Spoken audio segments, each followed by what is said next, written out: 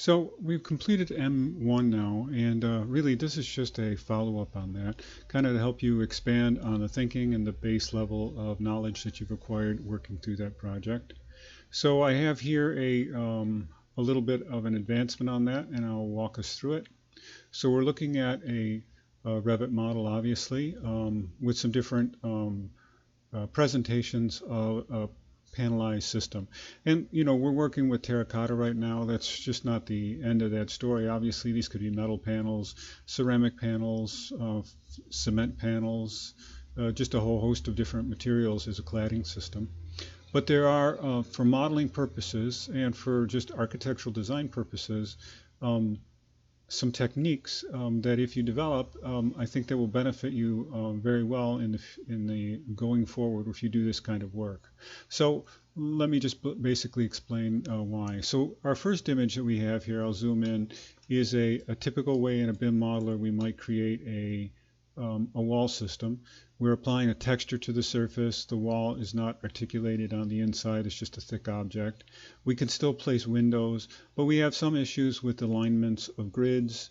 We have some limitations on how sharp and crisp these details are in renderings. And it's really hard to create any kind of three-dimensionality to the wall surface. So we've already figured out how to advance that concept by just directly modeling components. And that's what we did in M1, where we actually built rails and panels and all kinds of componentry. But we also realize how tedious and limiting that can be, especially when we want to do things like put openings in wall systems and that. A whole host of things that we have to cut through to make our model work. And there are some workarounds to that, and they're very usable. You could make walls and then apply panel systems over them in order to create that type of system. And this might be a very valid way for you to be able to accomplish all the goals you want. But you could take it another step farther, and I'm not necessarily recommending it, I'm just showing you what the extent of the conceptualization is, by going, instead of modeling this as a wall system, but a curtain wall system, but actually modeling it as a panelized system, a panelized curtain wall system. And in this case, we're looking at a panelized system that's based on a module of, let me just go in here and I'll show you the base unit. So I've gone ahead and made a tile system, the same clips that we've had, the same insulation, but I've only made it one single tile. And in that way it can populate a whole wall surface. And I'll show you that by just taking this wall surface out, and I'll drag it out a bit. And you'll notice it'll populate itself with panels. And if I pull it up, it'll go vertically and populate itself with panels. So, so based on one module, it will fill in the wall in a 3-foot by 1-foot grid system, a complete wall system. And I'll just back down to the single module so you can keep that in mind. So here I have it played out on a whole wall system, and that affords us a lot of flexibility. One is that we can actually delete panels out of the wall system and insert windows in. We can change the characteristics of the panels, and we can also hide elements within the panels. And I'll show you a few of those things in a second. Maybe just a better overview of this idea of what these curtain walls are like for those of you that aren't familiar with them. If I was to grab the wall tool, and I'll grab architectural, and I'll make a section of storefront window. I'll just pull out a generic piece of storefront window. I can actually, so this is actually panelized, so if I tab into this, I can grab each individual element within it. But I could just grab this whole thing, and now actually I don't want to do it that way, I want to grab it this way. I can substitute it for another panelized system, which is that custom curtain wall. And you'll notice then it'll put up a little bit of complaining because of the way it originally created the mullions in that. So I have to delete those. And this is drawn backwards, so I have to flip it over. And that does something screwy with this other one, and that's kind of a mistake with Revit itself and the way it understands the model. But I'll just go ahead and I'll delete this one now. I just wanted to show you that, how that system works. I'm going to select this again, and I'm going to show you how it's internally constructed. So I made a curtain wall system and actually duplicated it and called it a curtain wall system. So we're used to opening things and duplicating them. And the curtain panel now is instead of a glazed panel system with mullions, it's a parametric tile that I've created. And I can create the initial sizing of the panel system. So it's 3 feet wide, 1 foot panel high. So this is a 3 foot by 1 foot module. And that's all I need to get started with that type of a system. I can, let me just pick one of these panels and I'll tab into it to show you specifically. I'm going to go to the Edit Family mode. And you can see this tile now, and I'll render it, make it a little more realistic. You can see how it's built. So we have a half a clip on each side so that whenever it's alone, it doesn't extend out over. So the clip has been manually like cut down the center. And they do make half clips like that for going around windows. But when they're put together, they'll behave as a single unit, or they'll look as a single unit. I've added the clips just to the bottom. There's no clips on the top. So that's there for 90% of the system. The clip would be missing at the last window condition or the parapet condition.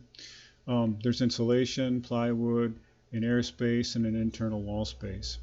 And so this can function very much like a standard wall. And I've also added a few more features to it. I put 2 tiles into it, a flat tile and a curved tile, and they both exist in the same space. And I can change the visibility of these parametrically. So I can make one visible or one not visible. I'm not going to make this course about how to do that. I can explain it if you're interested. It's something you can teach yourself, or if demand was, I could go through all of the details with the idea of modifying the visibility of these specific components. Like for instance, if we go in here, we can edit the parameters that are allowing that to be visible. Okay, so I'm going to just close that file off, and I'm going to go back here. I'm not going to save that. And I'm just going to once again show you some of the features that you can change. Like for instance, this is a window. I could decide that I don't want it to be a window anymore, and I just want it to be a parametric tile.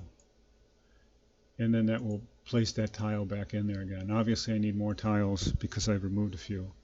And I'll just undo that. I'll show you when we cut through now. We can look at the detail provided by that section. And this is one of the places where I think I'm going to show a section box. And I'm going to pull that back to that window detail. And then I'll just rotate around here so we can come in on this. And now we can start to think about all of the things that are, whoops. I should probably have just cut that as a section. Let me do it that way.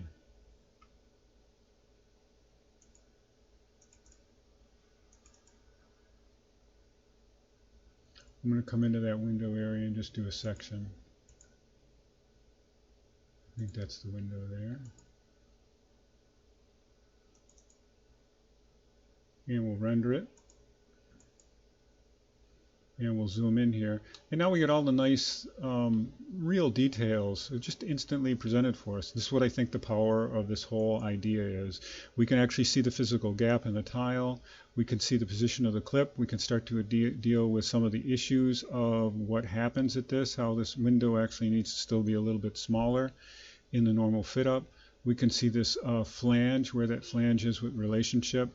And also you can see how things like the window is not, well, actually what we're looking at right here is this is far beyond us.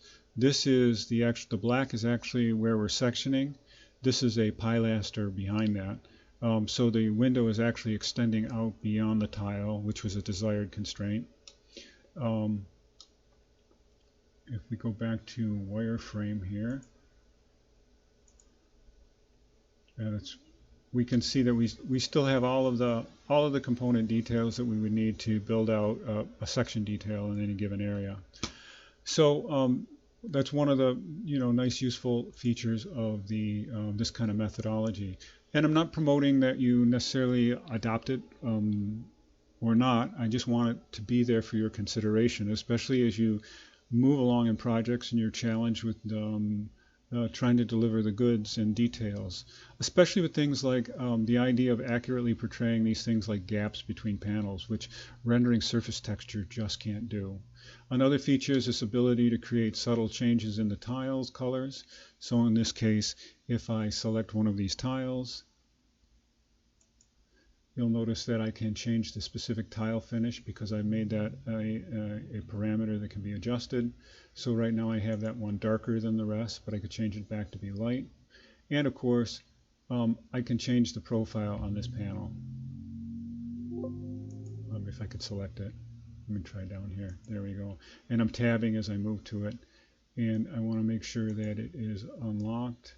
Although it doesn't actually need to be unlocked, it looks like, to change parameters here. And I can now take the flat panel away. Now we're looking through to the insulation system. And I can, excuse me, I can now add a curved tile there. So the curved and flat tile are just a matter of whether I make them visible or not. And that still then retains the color of the original tone that I gave it. And so down here, what we're looking at, and I'll do the ones that are right next to it, we'll go ahead and select these. I'll select this tile and unlock it. And I will remove the flat tile. And I will remove the moisture barrier and the insulation so we can see all the way down through the system. So now we have a great way to expose the whole construction system. The only thing that's inherently missing in this is the horizontal Z-girt to suspend these track channels. But otherwise there's a lot of flexibility here. Even in the width of the grid systems, if I wanted to change the width, like I like this one at 3 foot, I wanted this to be 2'6". I can change this to 2'6", and that will snap to that new value if I had unlocked it. Let's try that again. I'll just go to 2 feet. It'll be a little more dramatic, I guess. All right, so now we've expanded the other one a foot and contracted that one. So we have a lot of adjustments in the way we can negotiate the way the grid is actually constructed on that wall system.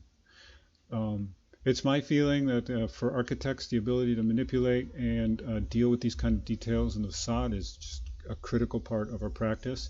And that's why I wanted us to spend a little time digging into these kind of details.